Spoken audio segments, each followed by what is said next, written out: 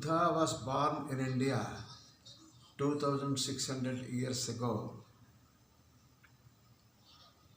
to wipe out anarchy socially and culturally, establish democracy as a way of life, and facilitate inclusive development regardless of religions, regions, color, creed, caste, etc. What was India before Buddha? There was only anarchy instead of democracy. There was only aristocracy instead of welfare state. There was only monopoly of a few in social, cultural, political and economic sectors rather than inclusivity in the context of development. Buddha converted a traditional society like India into an egalitarian society, humane society, a just society, and development centric society. People know in the entire world that Buddha is the founder of democracy. There was no democracy before Buddha in India and even in other parts of the world.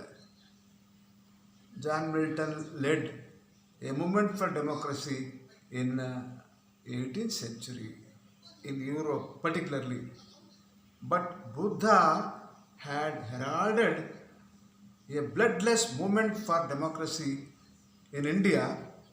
It subsequently spread all over Europe, Africa, America, Middle Asian countries and other parts of the world.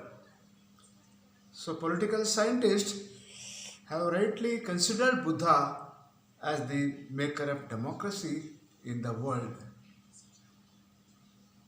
Democracy is a way of life which facilitates active people's participation in the decision-making process, program designing process, program implementation process, and people should enjoy the fruits of development. That is the spirit of democracy.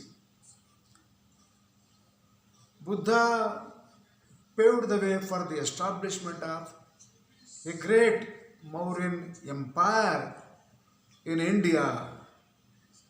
The age of Mauryan empire in India is known as Golden Age in Indian history, culture, civilization and so on.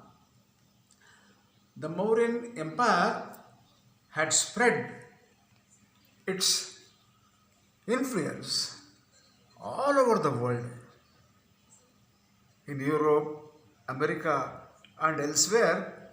People started following the Indian model of development piloted by Mauryan Empire. Ashoka was a great leader. He was very much upset after seeing lakhs of dead bodies in the Kalinga War. He found that war leads to destruction and peace leads to construction. He spread this message in the entire world. Ashoka had sent his daughter in 3rd century BC to Sri Lanka to promote Buddhism as a noble way of life. Ashoka had also deputed Mahadeva Thera, who became later on Mahishasura in South India, to promote Buddhism.